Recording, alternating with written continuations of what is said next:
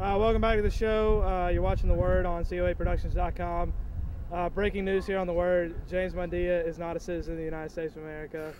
He's actually a permanent resident from Kenya. I don't know what this is going to do to the future of the show, but we'll keep you updated as the situation progresses. But right now we're going to talk lots of sports to get to and not a lot of time. So we're going to, no filler today. It's all meat. So first we're going to go to the sport that product placement. First we're going to go to NASCAR, and for NASCAR you can only go to one person, and that is Casey Trent Sturgill. NASCAR, go. Thank you, Doug. All right, so yesterday they were in Martinsville, short track, not quite as exciting as Bristol, but exciting nonetheless. Getting a lot bigger event. Before they only had like 2,000 people out there watching the race. Now it's like 65,000. NASCAR is taking over. But is that funny? Jimmie Johnson won the race. Jeff Gordon dominated for most of it. He led, let's see, Gordon led about 168 laps. Johnson led 147. Pretty typical. Hendrick running away with it. Standings overall, not much different. You got Gordon and Johnson. So the Hendrick boys are just dominating face. Earnhardt had engine problems again from 6th or 7th. Then somehow on the last 2 laps, he managed to fall all the way back to 23rd. Makes me sick. That's the state of NASCAR. Because you're a Junior fan, right? I'm a Jeff Burton and Ward Burton fan first and foremost, but Dale Earnhardt is easy to follow. They keep up with him on TV, so I mean, yeah, just as probably Earnhardt Jr. is close second. As far as talked about the overall standings with Gordon and Johnson, Clint Bowyer still holding on to a small amount of hope. 115. He's 115. He could possibly pull it off, but probably not. So that's the state of NASCAR. So who? 4 races left. You still going with Gordon? Going with Gordon. Going with Gordon. Okay, so no big changes there. I mean, Gordon's my man. He's my driver, so I think he's going to pull it out. What's up next? The only problem is Gordon. There's 2 tracks coming up. Homestead is the last track, and then I think Texas. Atlanta is coming up next. Atlanta's coming up next. Well, they still have to race at Texas. They still have to race at Homestead, and neither of those. But Gordon has never won at either of those places. So.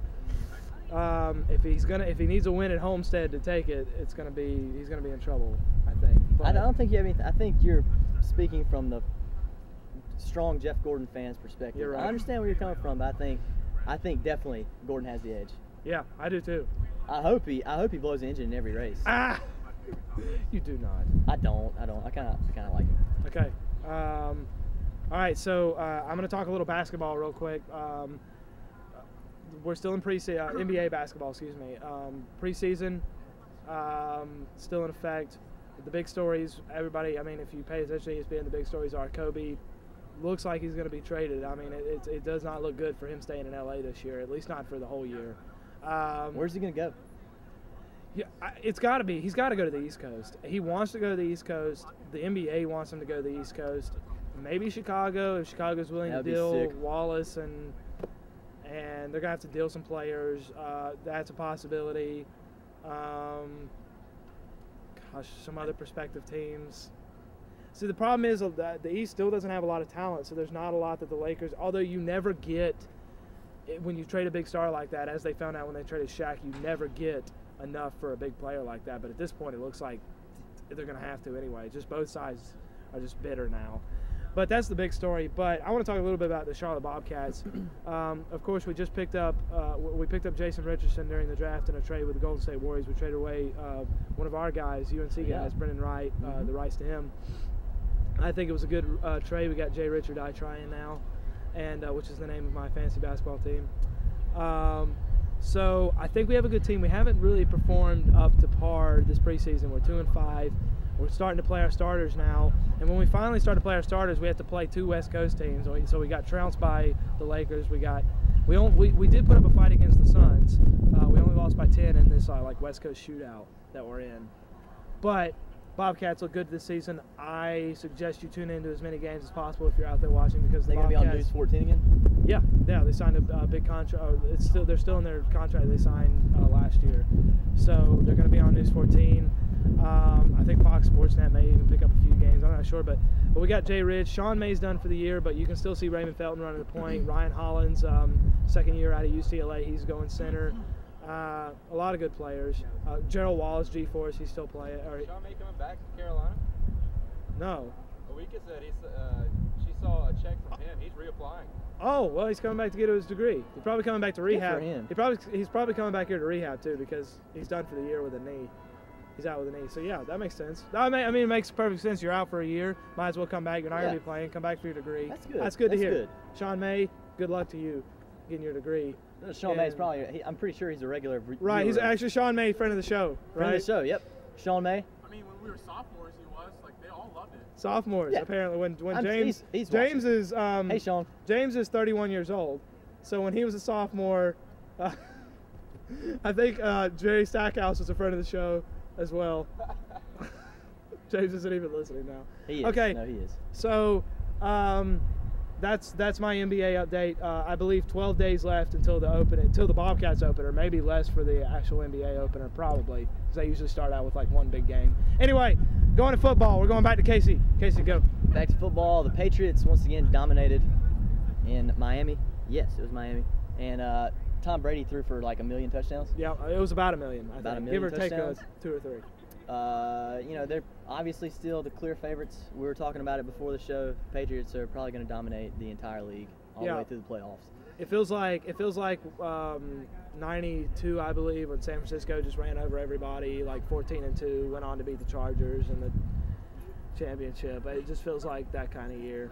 Homeboy from Tennessee kicked 8 field goals. What was his name? As Chris Berman likes to say every 5 seconds or whenever the replay comes up, he's Rob my Baronis. Yeah, 8 field goals. That's insane. I hate You know, that's Chris a given. That's a give and take situation. You know, maybe the offense is obviously they're doing well, but can't convert as far as touchdowns go. But Yeah, still, Hell. yeah, well, Vince Young Take coming the back. kicks. Yeah, take the kicks. That's right. take the kicks. Detroit beat Tampa Bay. Panthers say thank you.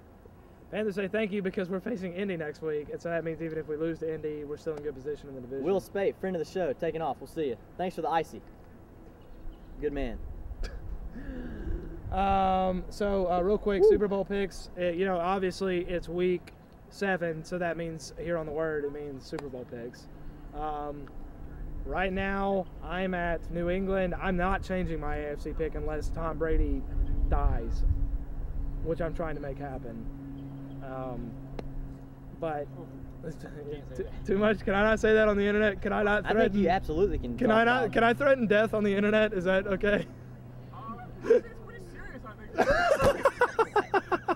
think. Jay says it's pretty serious. Okay. What? Chip was talking about this. We should do something so controversial that we get sued. It's the only way that we're gonna get publicity. So in other words, icy. It has salmonella in it. It increases your chances of cancer. It increases your chances for cancer. Okay, so I'm going New England, Dallas. New England. No, I'm being done. told to No, wrap it up. Dallas. I don't care. We're doing Super Bowl picks. Lord Do Burton's it. also in the house. I heard. I don't know. Oh man. Well, okay. New England, and out of the NFC, I'm going with. God, there's just no teams in the NFC I like. go New York Dallas. Giants. The Giants, Patriots. I would actually like that Super Bowl. Anyway. I'd much rather watch them play Dallas. That's like a North versus South battle. Eh. But yeah, go ahead. Okay, I'm Doug Branson. This is Casey Sturgill, and Ward Burton and Brett Favre, who we didn't get a chance to talk to today, but maybe next week. Make sure you tune in next time. Talk with Ward Button. We'll talk about wildlife foundations, whatever you want to talk about. I can't do this anymore. We'll be right back. Thanks for tuning in. Jason Mondia, Alex Robinson, going to be talking about stuff.